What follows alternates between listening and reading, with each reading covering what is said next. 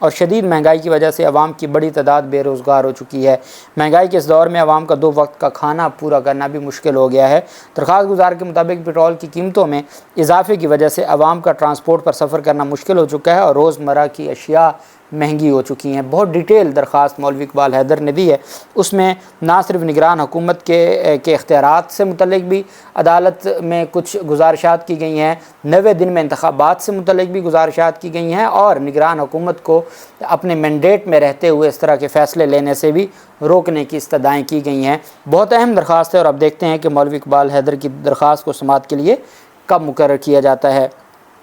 دوسری جانب اہم ڈیولپمنٹ سامنے آئی ہے، اور یہ میں اس کو ایک خوفناک خبر کہوں گا۔ اس کی وجہ یہ ہے کہ پولیس کی جانب سے جب کسی کے اپنے ذاتی مقاصد کے لیے یا پیسوں کے لیے شہریوں کی کالز ریکارڈ نکلوانے کا انکشاف سامنے آئے، یہ بہت خوفناک بات ہے۔ اس کا مطلب ہے ہم میں سے کوئی بھی محفوظ نہیں ہے۔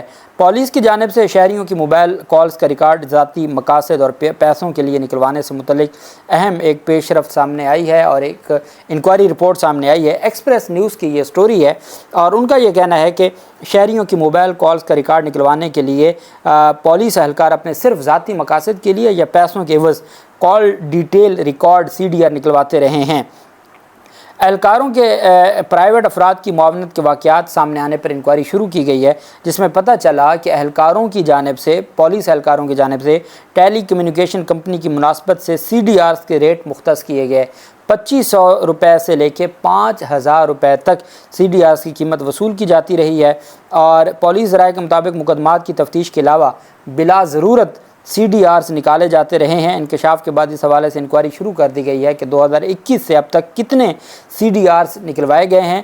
5 رکنی انکوائری کمیٹی رپورٹ مکمل کر کے ایڈیشنل IG انویسٹیگیشن کو جمع کروائے گی۔ اتنا بڑا سکینڈل، اور یہ میرے خیال میں تو قاضی فیض صاحب کو ان سارے معاملات کے اوپر آج خود نوٹس لینا چاہیے کہ آپ کی پرائیویسی، وہ جو بابر ستار صاحب نے فیصلہ دیا ہے بشرا بیگم کی فون ٹیپنگ اور کال ریکارڈ کے حوالے سے، وہ یہی تو تھا کہ یہ ڈگنیٹی کہاں گئی پھر ہر شخص کی، اگر آپ نے اس طریقے سے ان کا جو فنڈامنٹل رائٹ ہے اس کا بھی حیا نہیں کرنا، فنڈامنٹل رائٹس کو ہی نہیں دیکھنا، اور اس طریقے سے اگر عام پولیس والے ہیں وہ 5000 روپے لے کے یا 2500 3000 روپے لے کے کسی کی CDR دیتے ہیں، تو یہ تو بہت بڑا جرم ہے۔ اور میں سمجھتا ہوں کہ اگر یہ انکوائری رپورٹ درست ہے، اور اس انکوائری کے حوالے سے جو پولیس کی جانب سے کارروائی کی جا رہی ہے اور پولیس خود اس پر انکوائری کر رہی ہے، تو بہت بہتر ہے، اور یہ IG پنجاب کی ذمہ داری بنتی ہے کہ وہ اپنی قانونی ذمہ داری نبھاتے ہوئے اس معاملے کو خود دیکھیں، اور جو ذمہ داران اہلکار ہیں ان کے خلاف تگڑی کارروائی کی جائے، تاکہ کوئی بھی جو رائٹ آف پرائیویسی ہے یا جو ڈگنیٹی آف ہیومن بینگ ہے، وہ جو ہر شہری کی ڈگنیٹی ہے، وہ اس کو وہ کمپرومائز نہ ہو۔ تو اب دیکھتے ہیں کہ پولیس کی جانب سے کیا کارروائی سامنے لائی جاتی ہے۔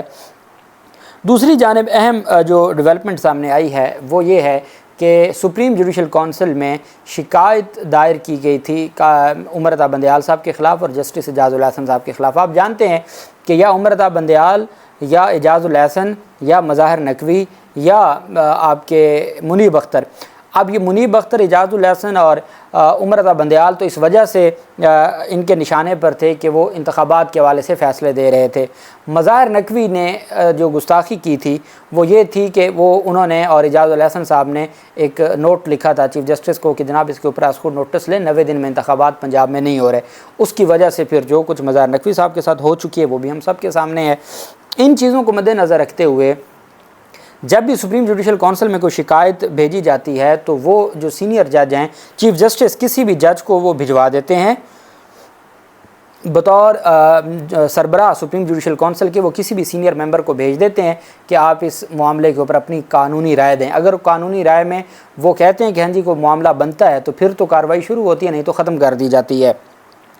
عمر عطا بندیال اور جسٹس اعجاز الاحسن کے خلاف مس کنڈکٹ کے معاملے پر جو جسٹس سردار طارق مسعود کو شکایت بھیجی گئی تھی ان 2 ججز کے خلاف کہ وہ اس کو دیکھیں اور اس معاملے کو انکوائر کریں۔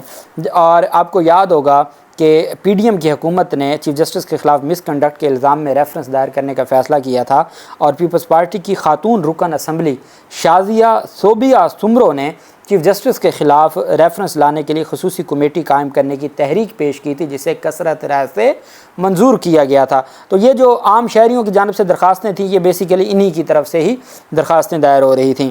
جسٹس سردار طارق مسعود نے 2 ججز کے خلاف مس کنڈکٹ کی شکایات کو بے بنیاد قرار دے دیا ہے۔ سابق چیف جسٹس عمر عطا بندیال سرخرو ہو گئے۔ موجودہ جسٹس اعجاز الاحسن صاحب جو کمنگ چیف جسٹس بھی ہیں، جن کے اوپر نواز شریف کہہ رہے ہیں کہ وہ 5 لوگوں کے خلاف کارروائی کریں گے، ایک وہ قمر باجوہ جو مہربان ہے ان کا، اور جس نے ان کو NRO دلوایا اور مریم نواز کو بریت دلوائی، ایک تو وہ ہے، اور ایک فیض حمید ہیں اور ایک ثاقب نثار ہیں، اور اس میں اعجاز الاحسن صاحب کا بھی نام ہے۔ تو اعجاز الاحسن صاحب ان کو بھی ان کے خلاف بھی جو شکایات تھیں وہ بے بنیاد قرار دے دی گئی ہیں، اور جسٹس اعجاز الاحسن کے خلاف بھی مس کنڈکٹ کی شکایات دائر کی گئی تھیں۔ دونوں ججز کے خلاف شکایات عام شہریوں نے دائر کی تھیں۔ جسٹس سردار مسعود نے دونوں شکایات پر اپنی قانونی رائے دے دی ہے، اور دونوں شکایات کو خارج کرنے کی ان کی جانب سے سفارش کر دی گئی ہے۔ تو مطلب ختم ہو گیا۔ اب ایک مظاہر نقوی صاحب کے خلاف شکایت پینڈنگ پڑی ہے سردار طارق مسعود کے پاس، جس پر مظاہر نقوی خود خط لکھ چکے ہیں کہ جی وہ جو سردار طارق مسعود ہے وہ میرے خلاف اپنا مائنڈ پہلے ہی ڈسکلوز کر چکے ہیں، اس وجہ سے انہوں نے پہلے ہی متنازع بنا دیا تھا سردار طارق مسعود صاحب کو، چونکہ انہوں نے کچھ دن بعد ریٹائر ہو جانا ہے سردار طارق مسعود صاحب نے، تو اس وجہ سے مجھے نہیں لگتا کہ وہ تب تک کوئی ایسا فیصلہ دے کے جائیں گے۔ لیکن بہرحال وہ فیصلہ اگر کوئی دے کے جاتے ہیں یا کوئی رائے دے کے جاتے ہیں تو اس کے بعد پھر دیکھنا ہے ہماری معزز عدلیہ نے۔ اور اس وقت سپریم جوڈیشل کونسل میں اعجاز الاحسن صاحب بھی ممبر بن گئے ہیں اور منصور علی شاہ بھی ممبر ہیں۔ اللہ پاک پاکستان کا حامی و ناصر ہو۔ بہت شکریہ۔ اللہ حافظ۔ پاکستان زندہ۔